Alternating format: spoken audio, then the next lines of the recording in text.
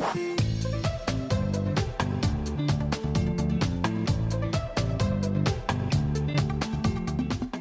what's up, everybody? Steve Schwartz here with LSAT Unplugged, joining you today to share the law schools with the highest median undergraduate GPAs.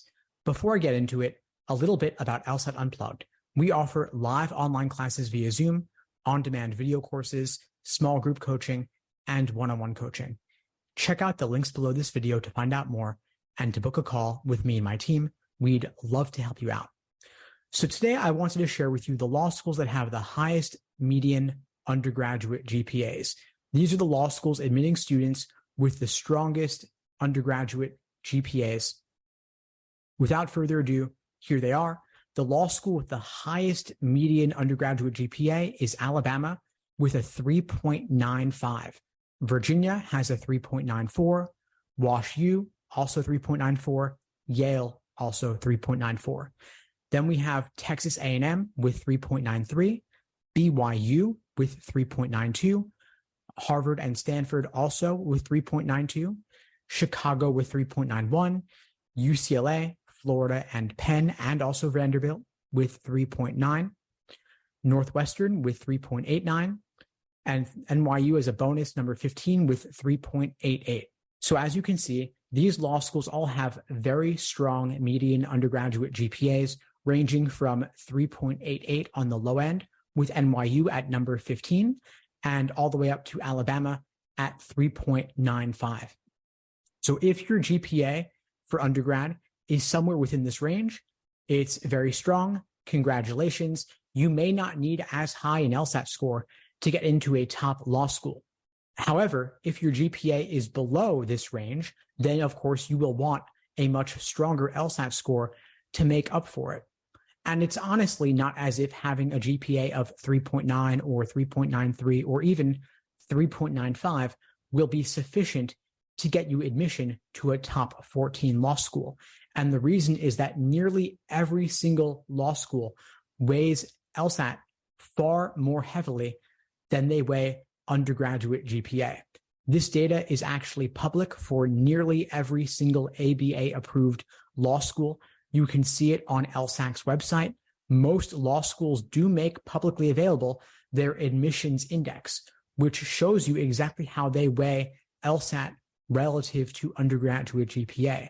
And when analyzing that data, I found there were only 3 law schools with published admissions indices that showed them to weigh GPA more heavily than LSAT.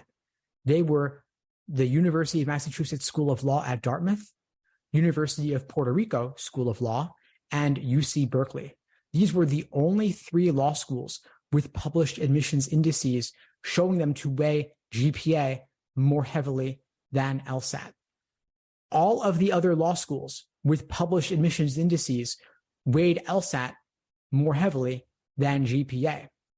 Typically, the majority of them weighed the LSAT more than double what they weigh GPA, meaning that, in other words, LSAT has more than double the impact that your GPA does when they make their admissions calculations. Weighing your LSAT score on one hand, GPA on the other, LSAT is far stronger an indicator. In other words, you would much rather have a 180 LSAT score than you would want to have a 4.0 GPA, meaning that even if you had a GPA of 3.95, if your LSAT score was below the median that the school was aiming for, you might not get accepted. However, if your GPA were below the median of the school to which you were applying, but your LSAT score was significantly above, you would have a much stronger likelihood of admission.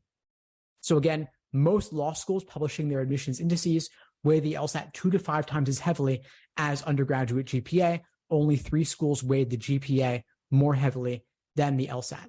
So if you have a strong GPA, but a not so strong LSAT score, then you should certainly apply to UMass Dartmouth, University of Puerto Rico, or UC Berkeley, and then any of the other schools that weigh LSAT not as heavily. But unless you're watching this video at the very tail end of the cycle to which you're applying, I would strongly recommend that if your LSAT score is not where you want it to be, that you focus on preparing for the LSAT and retaking it to boost up that LSAT score above the medians of the schools to which you are applying. This will maximize your odds of getting in. This will maximize your scholarship offers and make you a much stronger candidate overall. If you would like my help preparing for the LSAT, I'd be glad to support you. I have a number of different options ranging from small group coaching programs, one-on-one coaching, live classes via Zoom, on-demand video courses. I would love to help you out with any of these options. Check out the links below this video to find out more and to book a call with me and my team. We'd love to help you out. And more specifically, I'm looking for a couple of students who are aiming to achieve a score of 170 or above on the LSAT this fall. If that is a goal that you share, please reach out. I'd love to help you out.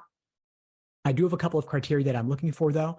I'm looking for you to have, first off, been studying for the LSAT for at least 3 months, to have taken the time to build a strong foundation in the basics of the LSAT, the different sections, and the different question types. I'm also looking for you to have achieved a score of 160 or above on at least one timed practice test. If you meet these criteria, if you're looking for a 170 or above, if you'd like my help, I'd love to speak with you.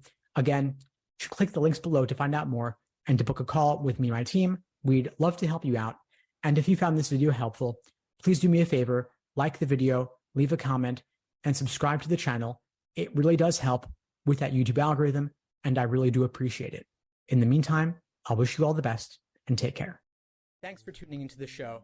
Please subscribe if you haven't done so already to be notified of new episodes as I release them, and feel free to reach out if you need anything at all as you move forward with your prep.